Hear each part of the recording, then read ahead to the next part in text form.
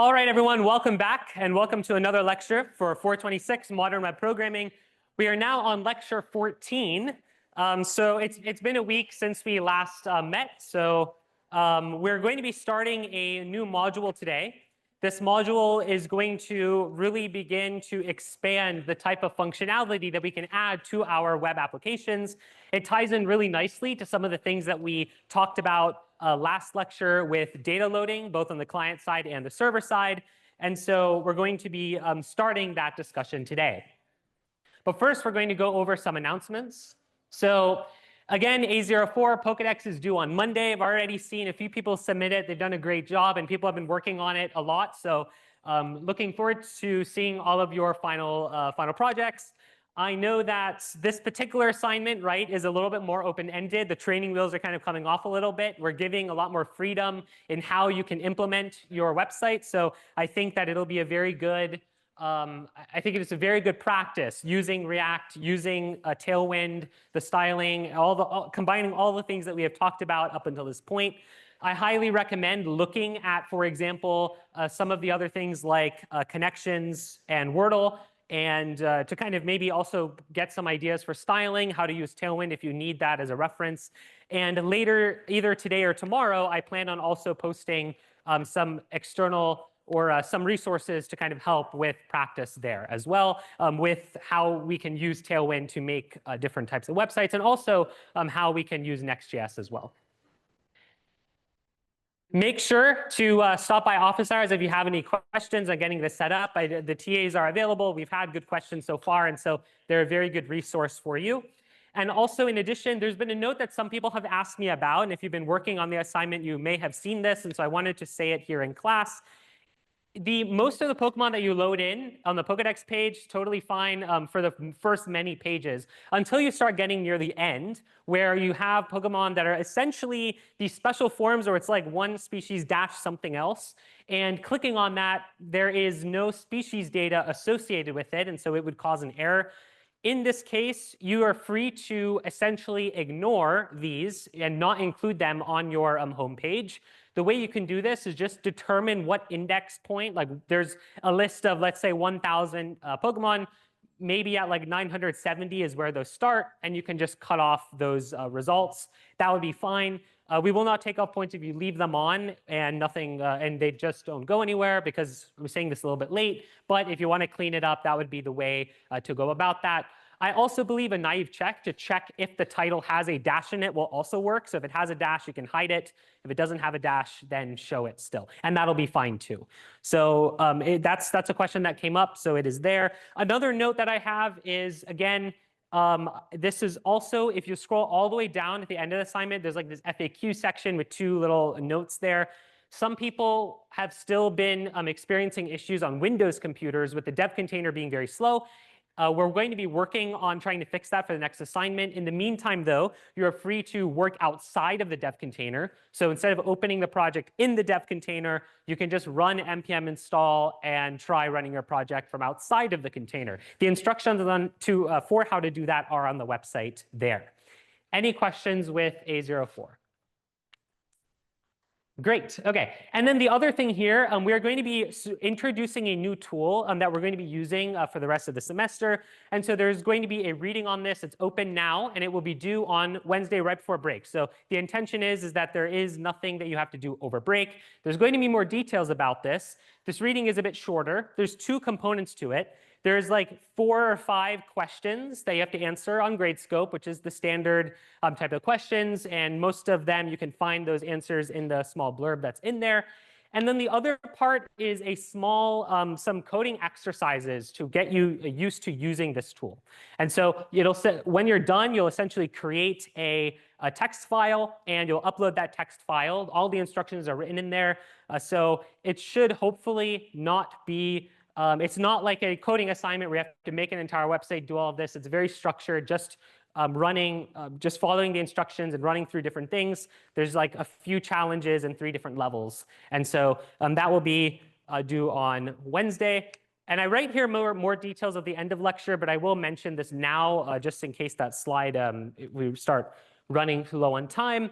is that I will keep it open, so without a late penalty, all the way until the end of break. So if you need to work on it, you can.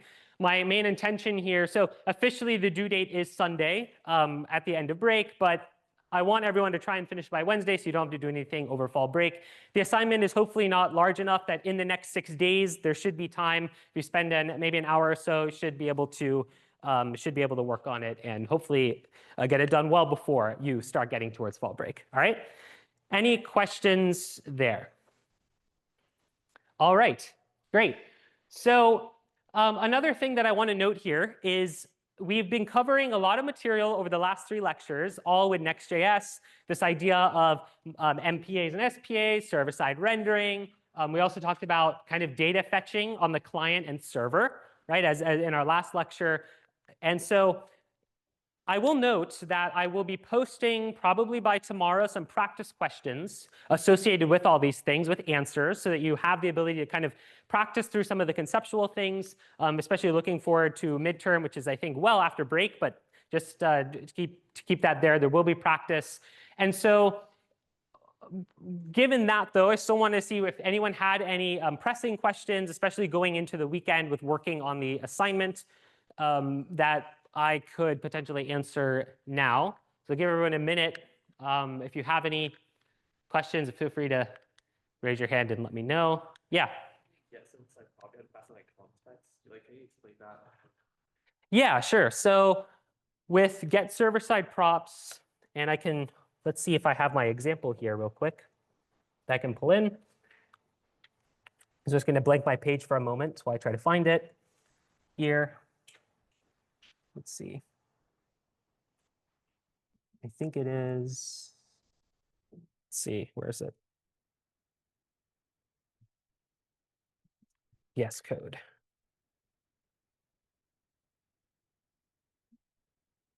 There we go. Okay.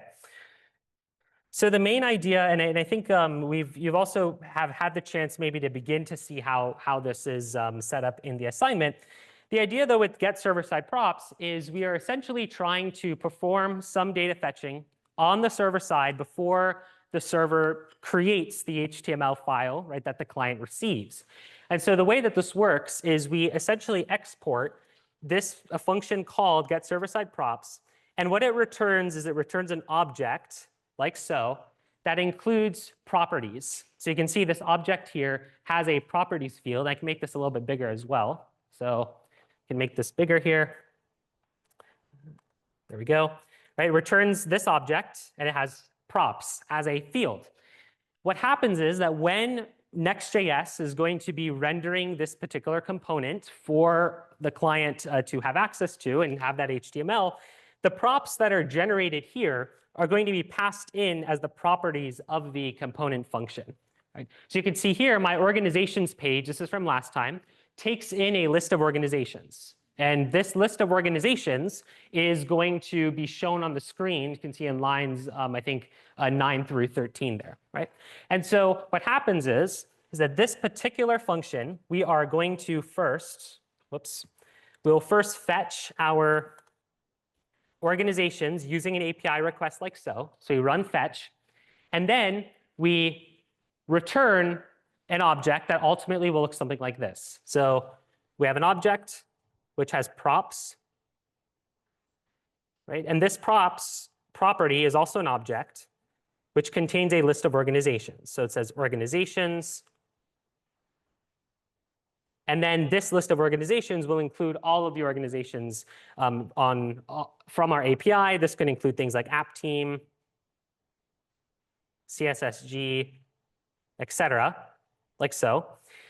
And once it generates this, it's just going to take these properties, so this list of organizations, and pass it in here, like so, into this list of organizations. So that list is then provided.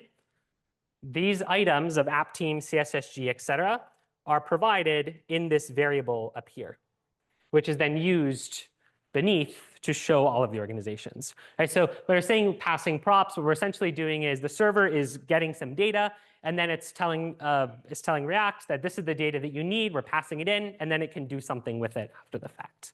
Does that kind of help, or? Yeah, I guess my question was Mhm. on the assignment I like I pass in context and then to the server side prop Got it. So I think, okay, I think I see what you're saying. So like in this part here, there's a parameter called context. Is that correct? Okay. So we have context, which I think is get server side props context, like this. Okay, good question. So this context, whenever the server is running this particular function, right, it's dispatching this code to be run, but sometimes it needs to know information about what's going on around it. So for example, what this context provides is what route as the user trying to load, because that is important. If we have a dynamic route where we're loading, for example, this course route over here, where we're loading multiple different things, we need to know what the user asked for or what page they want to load so that we can load the correct information associated with it. So with context, and I believe here, if I write context, you can see there's all these different properties, right? So there's the request that the user made. There is parameters. So parameters includes like the route parameters that the user passes in. And so with this context, we can then, instead of just loading like all of our data, we can load data for a specific thing that the user requested for. Right? So it's essentially just giving us more information about the user's request that they made to the server. And does that, oh, perfect, okay. Any questions on this part?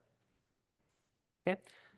So I believe that this is part of the, in the assignment when you're loading, I believe, individual Pokemon pages using server-side data fetching, you may have to use this context parameter in order to get from your route, which might look something like this. So it might be like /Pokemon, and then we'll just choose Bulbasaur here as an example. You might need to access the Pokemon selected to load that data in.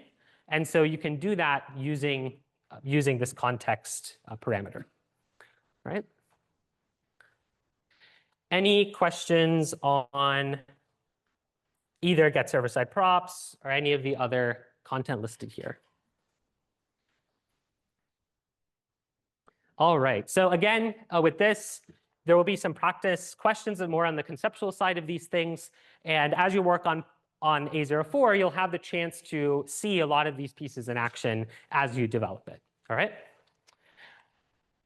Perfect. So today we're starting a new module, which is the backend. So we have been working, though, up until this point on kind of what we call the front end of our application, which is just code that ultimately runs on the client or in the browser, right? It's developing the web application that the user sees for the most part.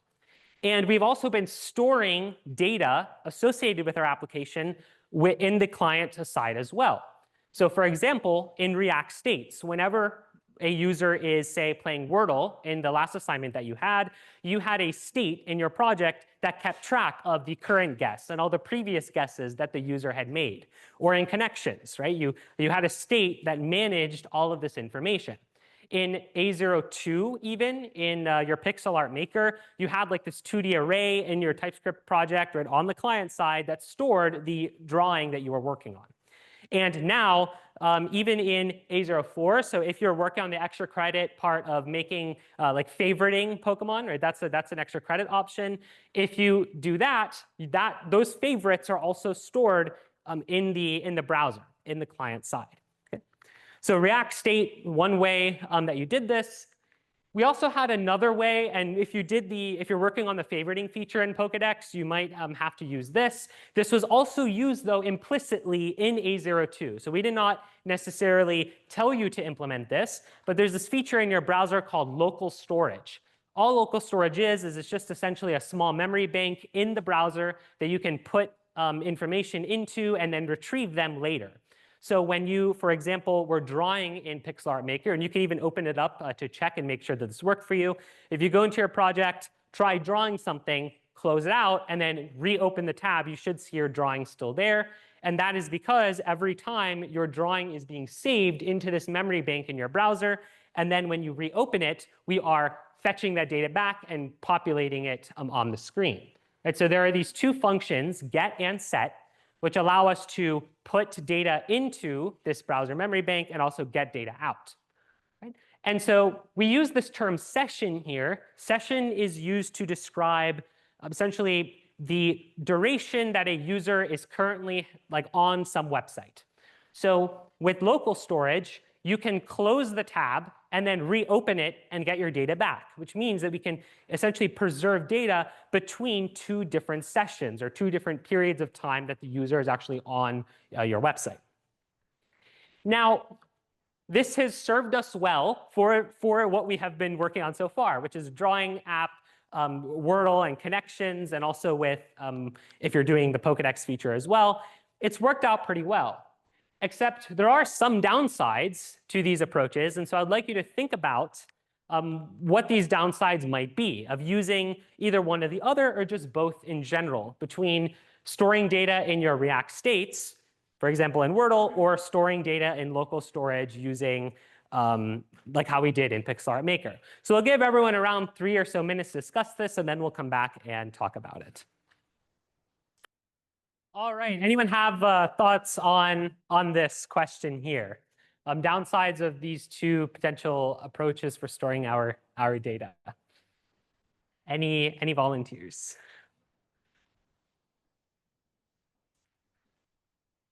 Yeah. Like for instance, if you wanted the user to be able to access like data that you need to them from either different browsers or on their computer and on their phone, we have no way to get the local storage back from different browsers. Exactly. Yes. Right. So very important here. Local storage is stored in the browser, but that's just one browser. So if you're on your computer using Safari, your data is stored in there. But if you on the same computer open it in Chrome or you go to your phone and try to open it, it will not be there. So that is a very big problem here with kind of the local storage approach. And I think along with that goes with React State as well, because it's all within the browser. And I think also in addition, what you kind of mentioned about this thing of having data that's personal to you is also something that is a problem here. For example, you could have one shared computer that everyone is using, let's say in a computer lab, and students are cycling through using that computer to draw art in the PixArt Maker, right? That's still one browser that all of the students are using. The students might want some way to be able to store their own drawing without having to essentially just store in the browser that everyone would have access to, right? They want personal data that they get only maybe when they log in. So perfect. Any other thoughts here? Yeah. Like if your app is collecting a ton of data. Exactly. Yeah. This is a very big problem. Local storage is not meant. It's meant for small amounts of data. It isn't meant for very large amounts of data. So that could slow down your browser in general. Also, it's not very persistent, meaning that if you, for example, clear it in some way in your browser, you could lose your data. It's not necessarily guaranteed to be there all the time. So perfect. I think that between those two, that pretty much actually mentions everything here that's important. Again, reloading. So I guess with React states, this is more of a particular problem for React State. Right? Every time you hard refresh using Command or Control R on your computer, that is going to completely, that's sending a new network request for the server. You get a brand new page, and so you will lose all of your states. So if you were doing, for example, in Wordle, and you can go back and try it, if you're playing your Wordle game and then halfway through you refreshed, you will lose all the progress that you made on that game, and you get a brand new game, right? So that's a problem with the approach that we used in A03. And then again, perfectly already mentioned here with our local storage is that data stored in one browser is not accessible on the other. Right? And so I want us to kind of remind ourselves about what we're doing in A04 and think about ways that we can potentially solve this problem with our loading of data. And storing our data. So you can see here, we can load data here using regular requests and responses using some API. So for example, in Pokedex, you would make a request for some Pokemon data, and then you would get it back.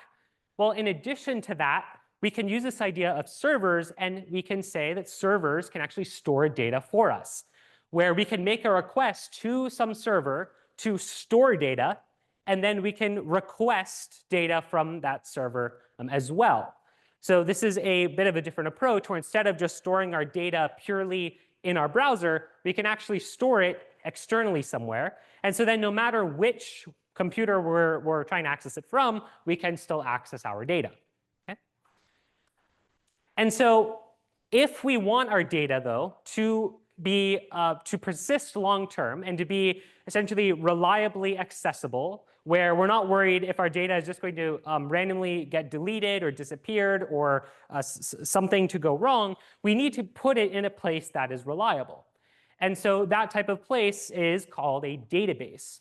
So all a database is just a structured collection of data, and it's used to store information. We can get information out of a database as well. Right?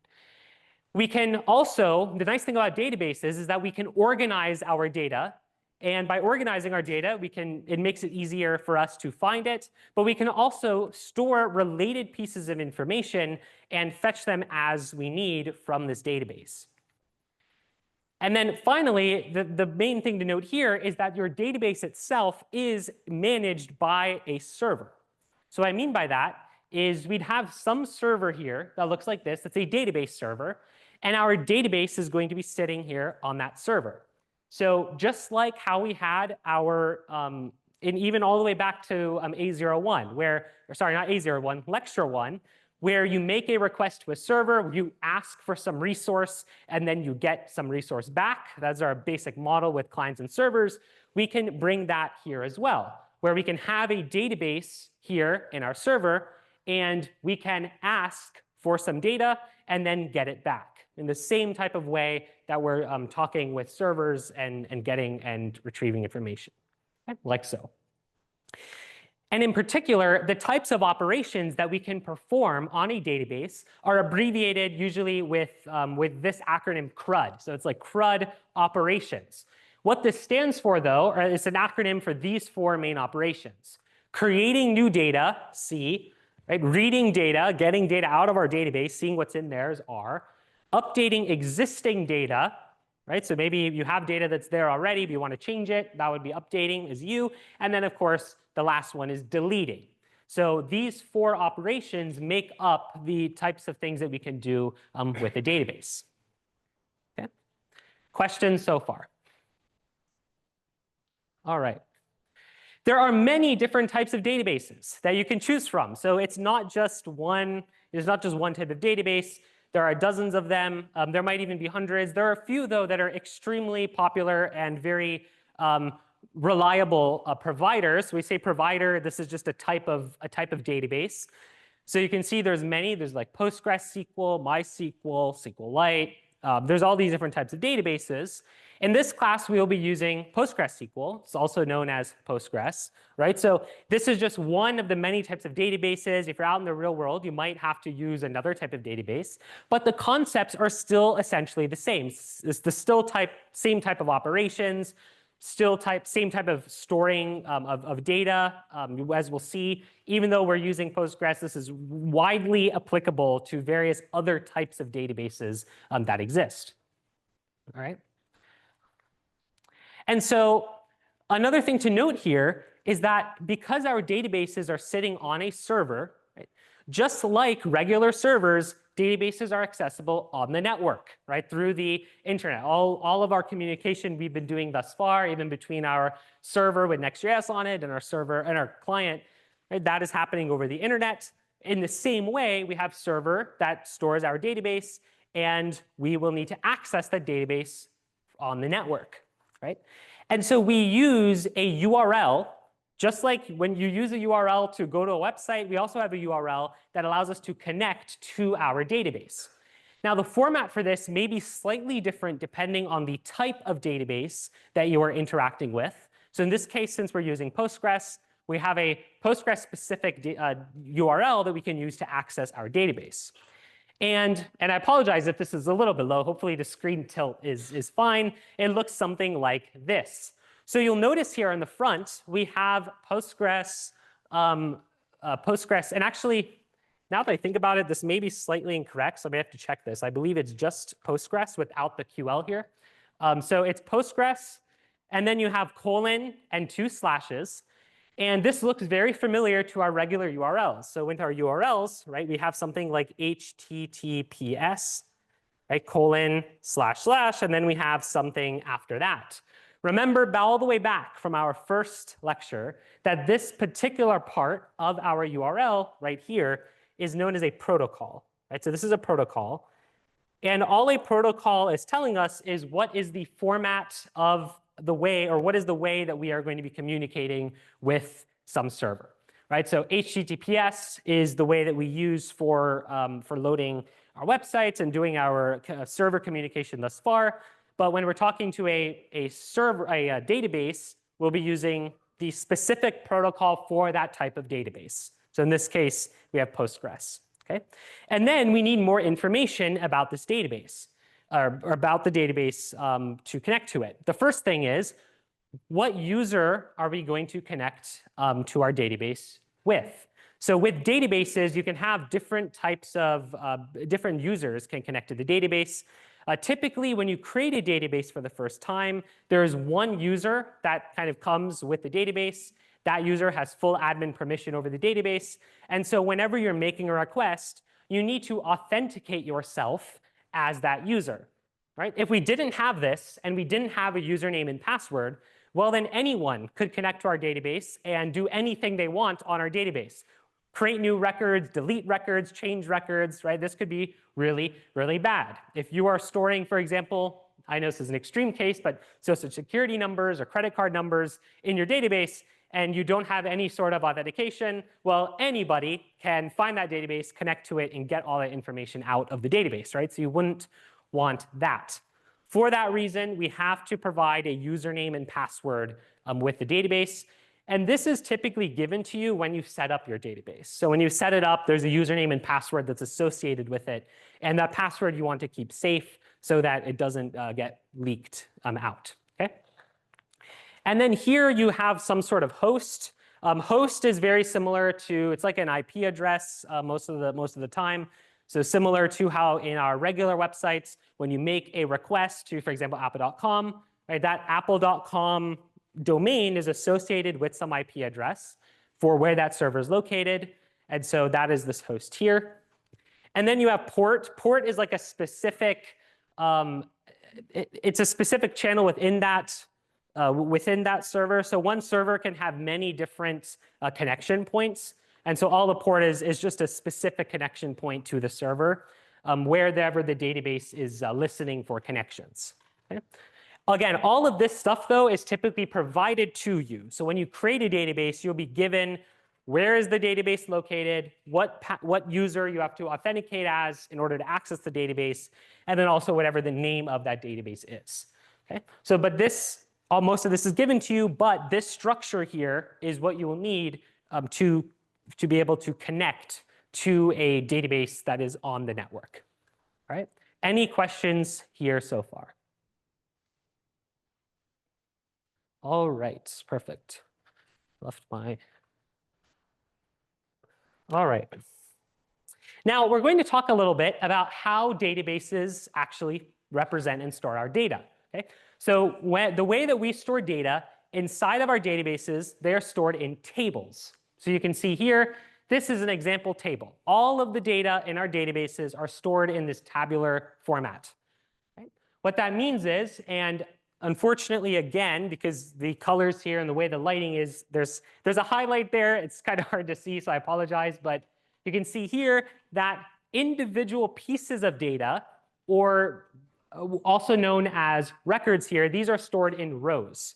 Right? So for example, if I'm trying to store a bunch of users of my website, for example, in a database, every single row would be a new user. Okay? We also have columns, which you can see here going down. And columns are used to store a specific piece of information associated with a record. So you can see here we have first name, we have last name, we have email, etc. This is particular information that we're trying to store in this table for every user. Another thing to note here is that each of these tables have an associated data type with them. Okay? So this is similar to in a regular programming language, right, if you have an object and you have a bunch of fields, right, those fields have some data type associated with them, right, ringing a bell for maybe comp 210 or 301, right? Just like that, in a database, there is a specific data type associated with each column. So for example, here, first name, last name, and email might be a string or a text, right? Text data type. But then, for example, ID, or let's say we had a column for age, right? That might be a numerical type, some sort of number. You might even have like a birthday, which might be a date data type, right? So you can have data types and each of your columns can be a different data type. Right? Now, of course, and this goes without saying, but all of the items in a column then should share the same data type.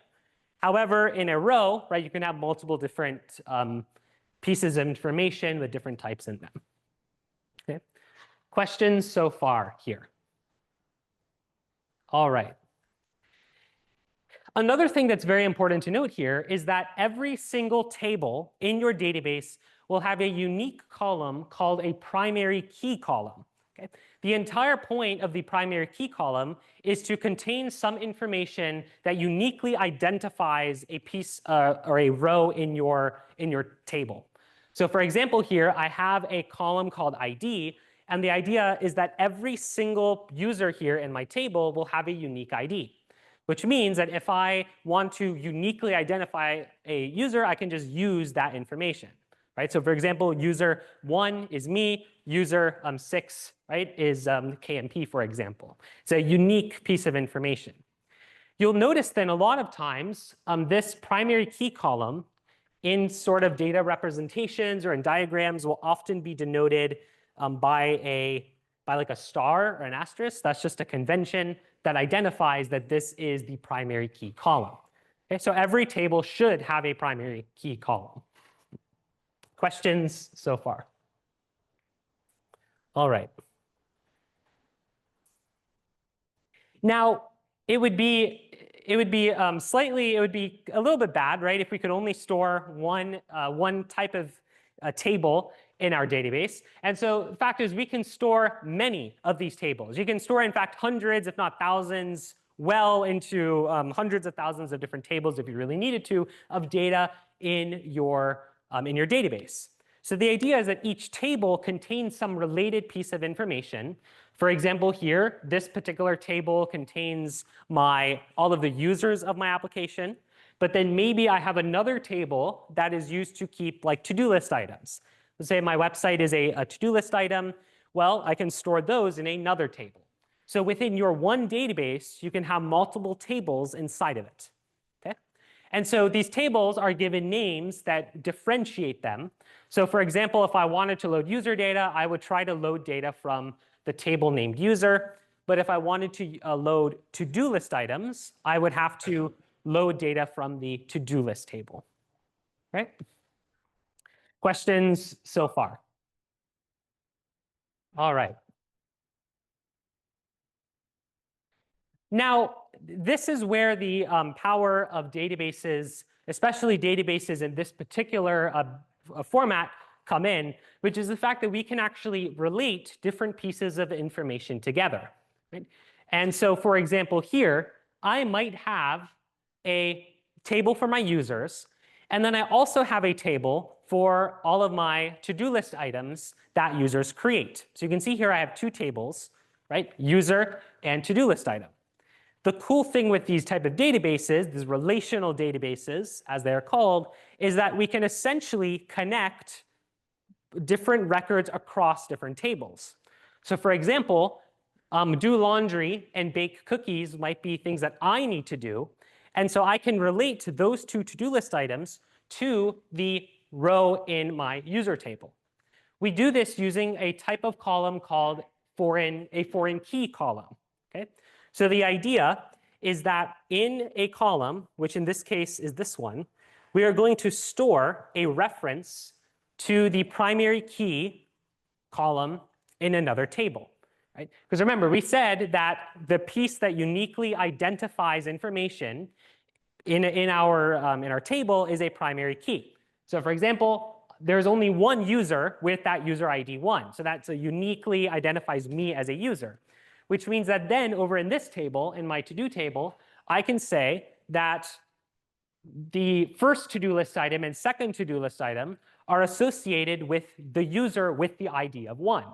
And so what we're essentially doing is we are referencing another, we're referencing a row in another table like so, right? So for example, user ID 1 here is referencing the user with ID 1 in my user table, okay?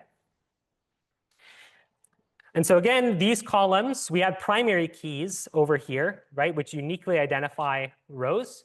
And then we have foreign keys, which I essentially point to another item in another table. It is by convention that we often use arrows to differentiate or kind of mark foreign key columns, right? So in my diagram here, I have a star for my primary key. That's my unique identifier for my item. And then here I have an arrow, which is saying that this is a column that is storing information referencing items in another column, like so. Okay. What we end up with then, if you kind of draw more arrows here, right, is, and I'll go back to the notes, is something that ends up looking like this, right? So you can see that in my to-do list table, I have 2 items that are associated with me as a user. Then I have another item here. This is my to-do list item 3. Well, that is for the user with ID 2, which happens to be Chris over there. And then I have this item, win game, which is associated with the user Ramses. And then here I have 2 items, attend meeting and grade 426, associated with another user here, Audrey, who is a former TA for this class. So you can see that, like so, we essentially are able to connect different tables together using these foreign key columns. Right? And so again, here, this note may help. Right? Foreign keys are columns that store the IDs of records in another column, or I think in another table is a better way to say it, to link data together. So this here, I will provide a correction. This should say table. Okay? And so in this case, the user ID column here, user ID, it has a foreign key relationship with the ID column in my user table. So any record that is in my user ID column here is going to be referencing an item in the user column, user table. Any questions here so far? Yeah. So you say that the foreign key is a reference. Yes. Literally, is the value stored there a pointer, or is it just a number and then the system connects it? Good question. It is the latter. So it's what we store is just a number, but because we establish, so when we create these tables, we will tell the database that that particular column is a foreign key, and so then the system will know that these 2 things are connected. Yep. Yeah. Yes. So yeah, it is the case here that even though I say user underscore ID, it can be named anything. So for example, if I wanted to name it author ID instead, or like, I don't know, person ID, totally fine. So the name is not indicative of the relationship that we're creating. It is anything we want. But when we actually go and create a database table, that is where we will explicitly set that particular relationship. And we're going to see an example in a moment, well, in a little bit, that actually shows a real database, and you'll be able to see this connection in kind of more visually. Okay? Any questions on this? Great. Okay. Now, there are different types of relationships that ultimately get created when we use these foreign key relationships, or when we use foreign keys, right? So we could have the case where one item, like my to-do list item here, is referencing one user, right? You could have the case where one to-do list item is referencing many users. So for example, if you maybe had like multiple people attached to the same to-do list item, if you had that feature in your app, maybe you'd have a setup like that. Or you might have this one-to-one where there's only one to-do list item for one user, right? But you can notice here in this example, what we end up having is what we call this one-to-many relationship, which means that for one particular user, let's say my user up there with ID 1, there are many to-do list items associated with that one record, right? So in this case, the way that I've set up my database is that every to-do list item can only have one user associated with it. So it is in this way, you can see that I'm pointing to one user with my foreign key, meaning that I cannot have, for example, do laundry cannot be connected to multiple users at once. It's only, I can only reference one item here in this foreign key column. However, if we look at it in the reverse way, you can see that I, though, have multiple to-do list items associated with my one user, right? Because there are multiple rows in my to-do list table that reference my user. And so this is what's known as a one-to-many relationship, right? Perfect. I wasn't sure I saw a hand. Now we can arrange the way that these relationships are set up is going to be based on how we set up these foreign key columns. So typically speaking, I'm going to kind of draw this in a more abstract way here, right? If I have a table for my users, so let's say that I have users is stored in one table, and then I have another table here that stores to do, right? And I'm saying that I want to establish a one-to-many relationship between these two tables, where for one user, whoops, so I'm going to draw a little line here, and I'll say that for one user, I want to have many to-do list items, right? Like so. So you can have any number of items. Well, then the way that we design our database tables would be that the foreign key would need to go on the side wherever we have this many relationship. So I would have a foreign key column here in my to-do list table called user, for example, user ID, that references my user table. Okay? This may seem a little bit unintuitive at first, but when you start to kind of draw this out, it begins to make more sense, because I can have then many to-do list items on this side that point to the same user, right? So I can have for user 1, I can have multiple rows with a user ID of 1, right? So I can have, right, user ID 1 here, and then another row, user ID 1, user ID 1. So there are many to-do list items for one user in my user table. Okay? However, we cannot do it in the reverse way. So the reverse of this would be if I had a column in my user table that was like to-do list ID, right? So to-do list ID. If we had an arrangement this way, then for every user in my table, I can relate it to, like I can say for user 1, and maybe I'll do this in here because I think it might make a little bit more sense concretely. So instead of, whoops, I think I pressed refresh by accident. There we go, we'll go back. So instead of, whoops, let's slideshow, and then there we go. So instead of this user ID column here, I had a column that was like to-do ID in my user table, right? Well, here I can only store one value.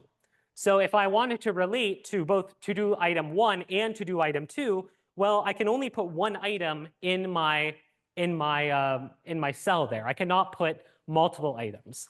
So most databases do not allow having kind of a list like so, right? So having a list of items that are being related to is not allowed, and therefore the highest number of to-do list items we'd be able to represent in this arrangement would be only 1, right? Which is not practical for the app that we're trying to build.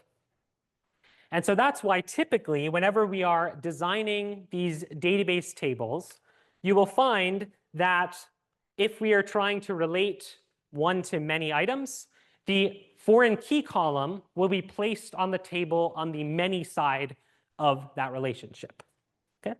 You'll have the chance to practice this in a moment, but are there any questions so far? All right. There might be one, though, that maybe you could be thinking of, but perhaps are too afraid to ask, which is that, and also I have here again a note, right? Foreign key columns placed on the many side because rows cannot hold lists or columns cannot hold lists, which is what about handling many-to-many relationships? Because if we're only able to put if we're able to only reference, right, one item from these columns, how would we then relate kind of many items to many items? So what if I had, for example, a to-do list app where I could assign multiple people to one to-do list item, but also, right, those people can be assigned to many different items, right? So in this case, if we have a relationship like this, where we need many users to, for example, many to-do list items, we would introduce a third table like so. And so this way, we're able to have a third table that essentially matches up all of our related items, our related users and our related to-dos, like so. So you can see I have a third table here called to-do user. It could also be called user to-dos. Anything works here in terms of the name, where you can see one to-do item can be related to many users. So for to-do list item 1, I have where one to-do list item is associated with user 4, and that to-do list item is also referencing user 2. Right? So you can see here that I'm connecting, essentially matching together different rows in different tables. On the other side, you also have a situation where the same user, user 2, can be associated with 2 different to-do list items. So we're essentially organizing our data in a way that we are using this third table to kind of hold all of our mappings, to hold which items are associated with what other items in another table. So you'll notice here then that my foreign keys are put as to-do ID and user ID. So the to-do ID column is pointing to this ID column here, and then user ID is pointing to this column here. All right? And in the system, this is really nice because we are then able to filter and grab data based off of our foreign keys, which we'll see in a little bit. Are there any questions so far? Wait, yes, sorry. Yes.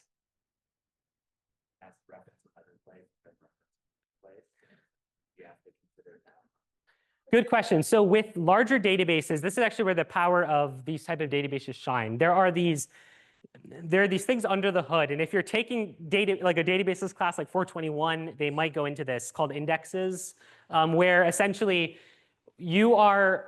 when you create this database and when you add items, there are things that happen behind the scenes to make this lookup extremely fast, like O of 1. So whenever you're grabbing data then and kind of connecting these things, it's very easy to identify your information. You can kind of think of this like a dictionary or a hash map data structure. Like for example, if you look at this to-do list, right? If I have this to-do list of item 5, I wouldn't want to have to iterate through every single row to find it.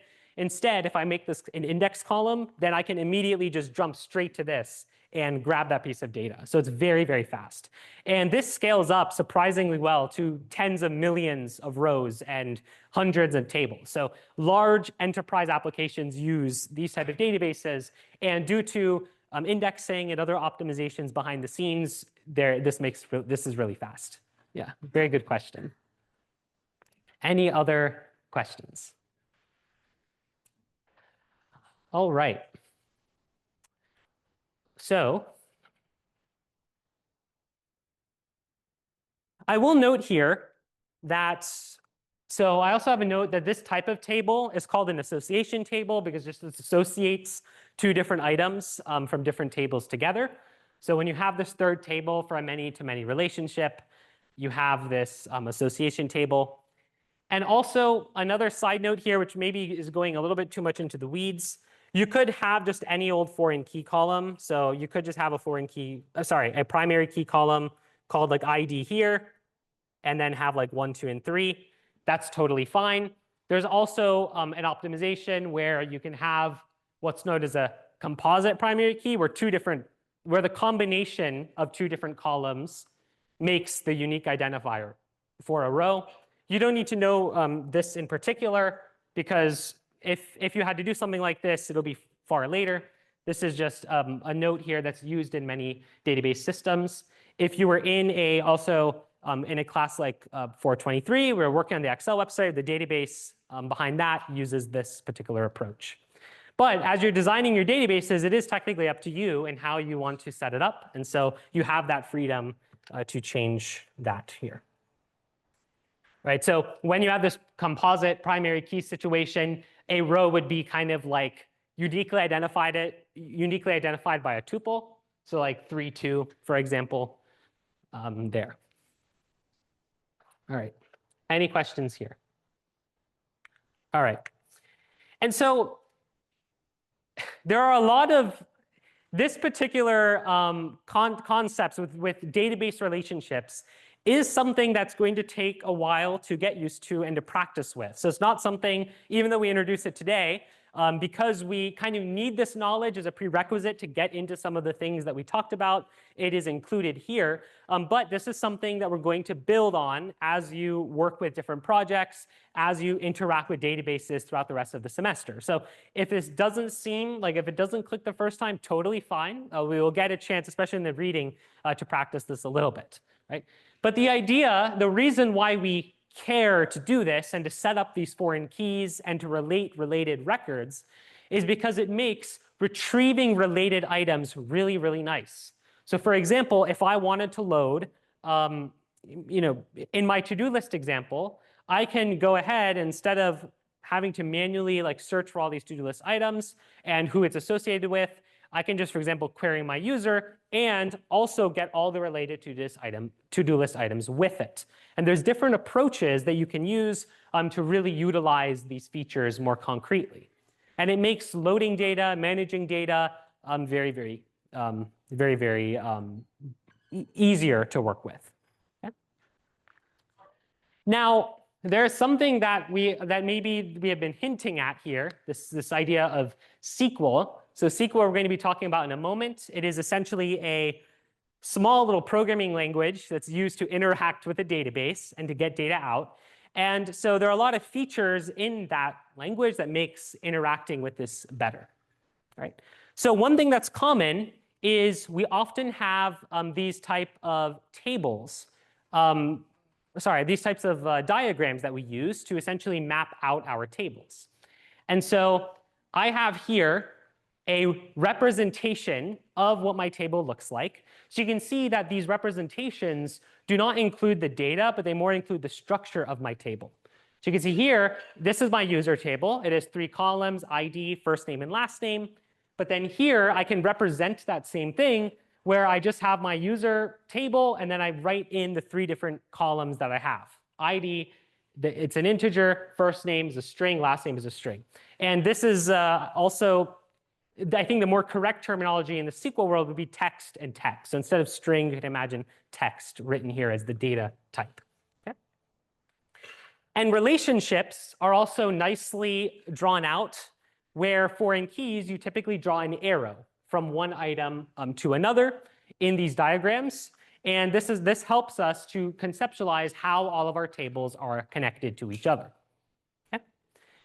And so what we're going to do here, we have slightly less time than I would have hoped, but we have some paper. And so the TAs are going to come down, going to hand this out. And this activity is today, using kind of the same model with to-do and user, I would like you to think about how you might create a database representation for Spotify. So there are 2 different tables I want you to create, right? One for a song and one for artist. I'd like you to think about how you might design 2 database tables, what information you might need to store, what relationship you might need to have to get this done. So you can assume, to start out with, that every song only has at most 1 artist. And then as a bit of an extension, you can try to expand upon that and see if you're able to design it such that a song may have many artists. Okay? So we'll spend about 6 to 7 minutes on this, and then we'll come back together. Here you go. Yeah, thank you. All right, everyone, make sure that you can continue working if you still are, and then make sure to submit the photo to GradeScope for attendance. I just wanted to make sure that we all are able to write this down since we are in the last 10 minutes or so of class. So any thoughts on what we might want to, what columns we might include in these two tables? So I have song and artist here, something like Spotify. Any ideas on what we should add to these tables, or we could add? This is very open-ended, so I don't think there really will be a wrong answer here. Any? Yes. Primary key for the ID of the song.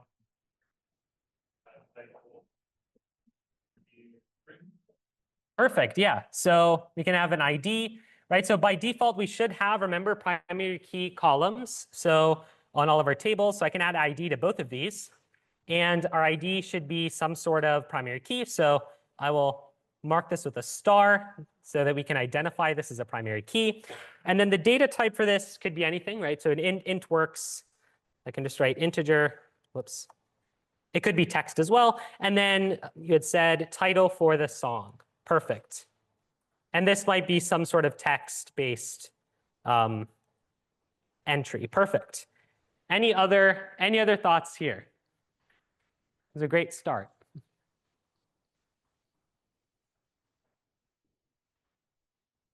Yes.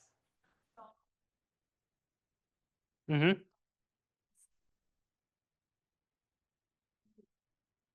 All right, so let's think about this. So saying song can have a artist ID. Yes, so artist ID, that makes a lot of sense. I heard this correctly, right? That's what you said. Perfect. Okay, artist ID. Right, so artist ID here, right? The idea is that for every song, we have an artist. And so we would want to reference that artist from my song table. So I can create a foreign key column. So artist ID, like so, is a foreign key column, which then points to this particular artist table, like so. The data type will match. So the data type here is an integer. So the data type here should be an integer. And we can also add other things. So for our artist, right, you can have a name. You could have maybe like a hometown or something, etc. So any type of information we want to store about the song and our artist, we can do so like this. The main things again here to keep in mind that you should look at are just the primary key and the foreign key column, right? So we have IDs on both, very important. And then we also have our artist ID foreign key column, right? Remember that we cannot do this the reverse way. If I were to write here song ID, right? What we're essentially saying is that for one artist, right, we're associating a song with that artist. And so one artist then could not sing many songs, which would not be good. Okay? Perfect. So let me erase this.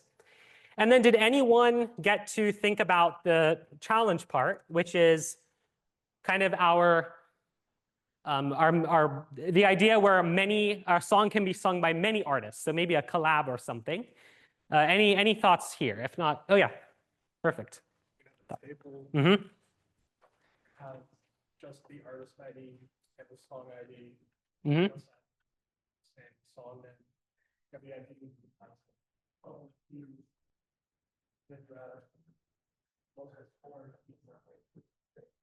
Exactly. Yep. So perfect. So the way that we would do this is we would have our same type of so we'd have an ID here. To save time, I'll draw, right? This is related information that we had before. The only difference is the way that we set up our foreign keys. So in order to set up, right, a many-to-many relationship, we need a third association table. And so my association table is just going to associate together one row from song table, one row from the artist table. So this particular table can have a song ID and an artist ID, like so. And these are foreign keys. And so artist ID would point to the artist table, and the song ID would point to the song ID table. All right. Questions, questions here maybe, and you'll see more examples as we go through different assignments and classes. Yes.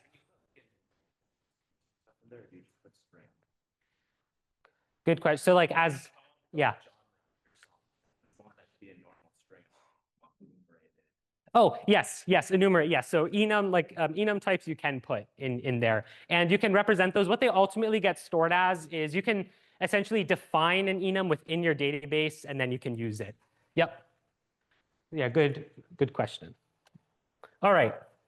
So what I want to really quickly, briefly go off of here in the last few minutes is just to note here that in order to interact with the database, typically we're going to use something called SQL. So SQL is what's known as a little language. It's a programming language, but with a very distinct, small, narrow focus, which is meant for just working with data in our database, performing those 4 CRUD operations of create, read, update, and delete. And so you have some SQL, like so this is an example where I'm selecting information from a song table, okay? And the main thing, though, that I want to note here, and what our reading is going to be talking about, is the fact that a SQL on its own, right, is something that we interact with typically by running SQL scripts, right? Except that might not be the best way to directly interact with databases from the context of an application. And so the reading is going to be talking about how there's a new tool, a new classification of tool, and how we're going to use that tool to interact with a database from within a TypeScript application. The only thing I want to show here real quick in my last 2 minutes is what a database actually looks like, maybe from a user interface perspective. So these databases are kind of these abstract, right, this process running on a server, but we can use certain applications to allow us to see into this database. So there is an app that I will recommend in the reading called Table Plus, which I'm going to use here, which essentially allows us to connect to a database and then view its contents. So you can see here, I have a database connection where I put in all this information, right? The username, the password, the database name, the port, the host, all the things that are needed for that database URL. And again, there'll be more details in the reading. And I can then connect to the database. And it's very hard to see here, but you'll notice that I can have 2 different tables in here. One for artist, you can see name and origin. And then we have song. And then you can see in here, and again, unfortunately, I don't believe that there's a zoom feature in this app, so it's going to make it a little bit hard to see. Maybe I can, there we go. You'll notice, though, here that I have a artist ID column. So I've done kind of the same setup that you all worked on in your attendance check. And in the structure, there's the structure column here where you can see the actual structure of your database tables. And you can see that this artist ID has a foreign key relationship with this artist's ID table. And so we can load data using, and we can interact with our data using SQL if we wanted to. So for example, I can run a script on this to select all the songs, like select all from songs. You do not need to know this syntax. This class will not be, you will not have to write real SQL.